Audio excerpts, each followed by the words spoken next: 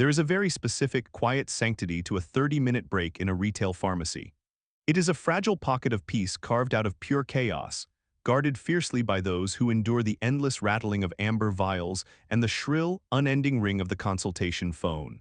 When you spend 8 hours a day standing on cheap industrial carpet, deciphering illegible prescriptions, and inhaling the lingering scent of rubbing alcohol and stale insurance forms, your lunch becomes more than just a meal.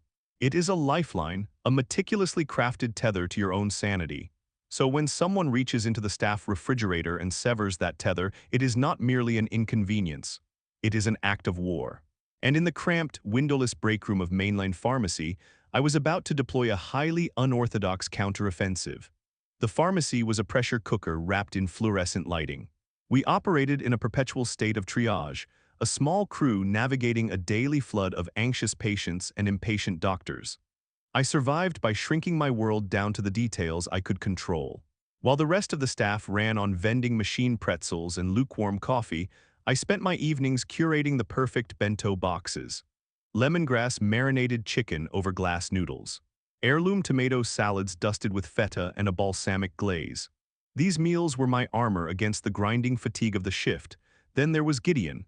If my survival strategy was quiet focus, Gideon's was a deafening, chaotic broadcast. He was a pharmacy technician who operated entirely on charm and sheer volume. With his chronically rumpled dark hair, rolled-up sleeves, and a laugh that cut right through the white noise of counting machines, he demanded attention from the moment he clocked in.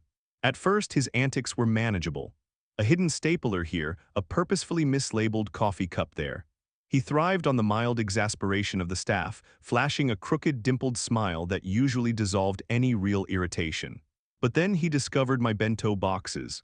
It started small, a missing cluster of grapes, a vanished slice of homemade banana bread. I brushed it off as an honest mistake, perhaps a misidentification in the crowded fridge. But by the third week of November, the theft escalated to brazen territory. I walked into the break room to find Gideon leaning against the counter, casually dismantling my perfectly rolled turkey and avocado wrap. When I stopped in the doorway, my eyes dropping to the familiar wax paper in his hands, he didn't even flinch. He just took a massive bite, chewed with agonizing deliberation, and offered that infuriating smile. "Relax," he mumbled around a mouthful of avocado. "It's funny, you always bring enough for a small army anyway." He trivialized it with a wave of his hand, completely blind to the fact that my hands were shaking, not just with anger but with a deeply rooted exhaustion. I didn't yell, I didn't march to the pharmacy manager to file a grievance. Direct confrontation in a workspace the size of a walk-in closet only bred a toxic, lingering resentment. Instead, I turned on my heel, marched back to my station, and decided to speak his language. If Gideon wanted an audience, I would give him the center stage. That night, my laptop glowed in the dark of my apartment as I drafted my retaliation.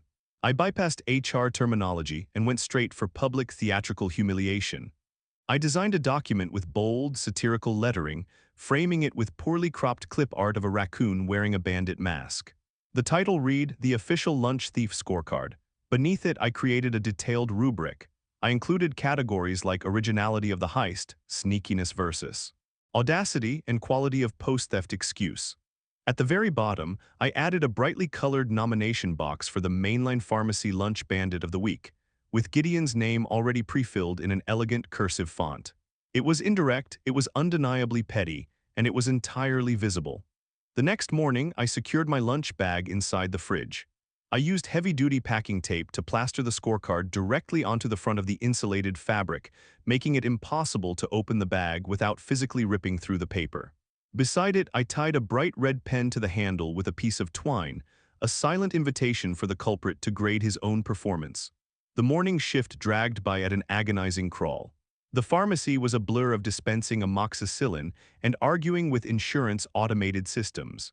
Every time the break room door swung open, a jolt of nervous electricity shot up my spine. I kept my head down, my eyes fixed on the pills tumbling across my counting tray, waiting for the inevitable detonation. It happened at exactly 1:15. I was standing near the pickup window when the break room door cracked open. Gideon had vanished from the filling station 5 minutes prior. A sudden, sharp burst of laughter echoed from the back hallway. It wasn't Gideon's laugh. It was Sarah, our perpetually stressed lead pharmacist, followed quickly by the booming chuckle of the delivery driver. I wiped my hands on my scrubs and walked toward the sound, my breath catching in my throat. The break room was packed. Sarah, the driver, and two other technicians were clustered around the open refrigerator, pointing at my lunch bag. Standing dead in the center of the room was Gideon. The cocky, bulletproof aura that usually surrounded him had completely evaporated. He was staring at the scorecard, his hand frozen halfway to the handle of my bag. A slow, violent flush of crimson crept up from the collar of his scrubs, swallowing his neck and spreading across his cheeks. He wasn't laughing. "Bandit of the week," Sarah wheezed, wiping a tear from her eye. "Gideon, you didn't even score above a 4 on sneakiness. That's embarrassing." Gideon's eyes flicked to the doorway and locked onto mine. For the first time since we started working together, the bravado was entirely gone. He didn't offer a witty comeback. He didn't tell anyone to relax. He looked down at the bright red pen dangling from the twine, swallowed hard, and carefully stepped away from the fridge. The social cue was undeniable. The joke was dead, illuminated under the harsh fluorescent lights of public amusement. He didn't speak to me for the rest of the afternoon. The loud, obnoxious technician was replaced by a fiercely focused worker who restocked vials and answered phones with mechanical precision. I felt a strange, twisting sensation in my stomach. It wasn't triumph. It felt uncomfortably like guilt, though I quickly squashed it down. He had stolen from me. I merely held up a mirror. 2 days passed. My bento boxes remained untouched. The scorecard stayed taped to my bag, a silent sentinel warding off any lingering threats. The atmosphere in the pharmacy shifted. Gideon still joked with the patients, still teased the other techs, but whenever he stepped into my immediate orbit, a heavy, static tension settled over us. He gave me a wide berth, avoiding eye contact whenever we crossed paths in the narrow aisles of the medication shelves. On Friday, the rain was coming down in thick gray sheets, turning the afternoon rush into a miserable, damp affair. I was running on 4 hours of sleep and pure caffeine, counting down the minutes until my break. When the clock finally struck 2, I dragged myself into the empty break room, craving nothing more than the quiet crunch of the snap peas waiting in my fridge.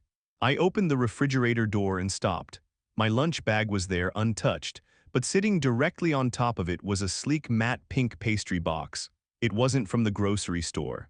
It bore the gold foil emblem of a high-end bakery located 3 towns over, a place I had once absent-mindedly mentioned loving during a shift months ago. Hesitantly, I pulled the box out and set it on the table. Inside sat a perfectly glazed raspberry tart nestled in tissue paper.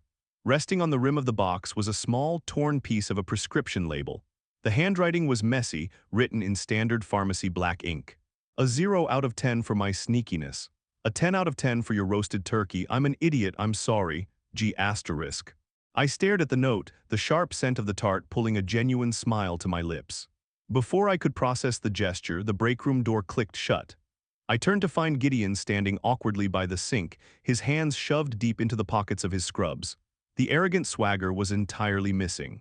He just looked nervous, shifting his weight from one foot to the other. "You really didn't have to drive all the way to West End for this," I said quietly, gesturing to the box. He rubbed the back of his neck, the tips of his ears turning a faint shade of pink. "Yeah, well, I owed you a lot of lunches, and I needed to apologize properly, without an audience." He took a step closer, the scent of rain and clean cotton clinging to his clothes. "I wasn't trying to be a jerk," he murmured, his voice dropping the booming theatricality it usually carried. You're always so focused, so locked in, you never look up from the trays. Stealing your food was the only time I could get you to actually look at me." The admission hung in the air, stripping away the fluorescent chill of the room. I looked at him, really looked at him. Beneath the loud jokes and the disruptive energy was just a guy entirely unsure of how to bridge the gap between us. The annoyance that had calcified in my chest over the past month began to splinter, replaced by a warm, rising curiosity. "There are easier ways to get my attention, Gideon," I said, my voice softening. "I'm taking notes," he replied, a tiny fraction of his signature smirk returning. He nodded toward the pastry box. "Does the tart earn me any points back on the scorecard?" "It buys you a truce," I countered, sliding the box toward the center of the table. I pulled out one of the plastic forks from the dispenser and pointed it at the empty chair across from me. "Sit, but if you try to take the last raspberry, I'm printing a new certificate." He laughed, a quiet, genuine sound that didn't grate on my nerves at all. He pulled out the chair and sat down across from me. For the next 30 minutes, the phones kept ringing out in the pharmacy, and the chaotic hum of the retail world spun madly on the other side of the door. But inside the break room, the air was entirely different. We shared the tart, trading stories instead of barbs, the tension between us melting into a comfortable, sparking chemistry. The pranks stopped entirely after that day. Gideon never took another piece of my lunch. Instead, he started bringing his own, deliberately scheduling his breaks to align perfectly with mine. The scorecard eventually peeled off my bag, thrown away and replaced by shared meals, lingering glances over the pill counters, and eventually, a dinner date that took place far away from the scent of rubbing alcohol. Sometimes, the walls we build to protect our peace are exactly what keep us isolated. We get so fiercely protective of our boundaries, our routines, and our perfectly portioned bento boxes that we forget to look at the people testing those boundaries. Not every annoyance is a threat. Sometimes, it is just someone clumsily knocking on the door, lacking the right vocabulary to ask to come inside. Setting boundaries doesn't always require a shouting match or a formal complaint. Sometimes, it just requires a little bit of humor, a red pen, and the willingness to let someone make amends when they realize they've crossed a line. If you enjoyed this story of workplace warfare turning into something much sweeter, make sure to hit that subscribe button. We share new stories every week about the unexpected, messy, and beautiful ways human beings connect. Drop a comment below and tell me, what is the most ridiculous length you've ever gone to in order to protect your lunch at work? I'll see you in the next video.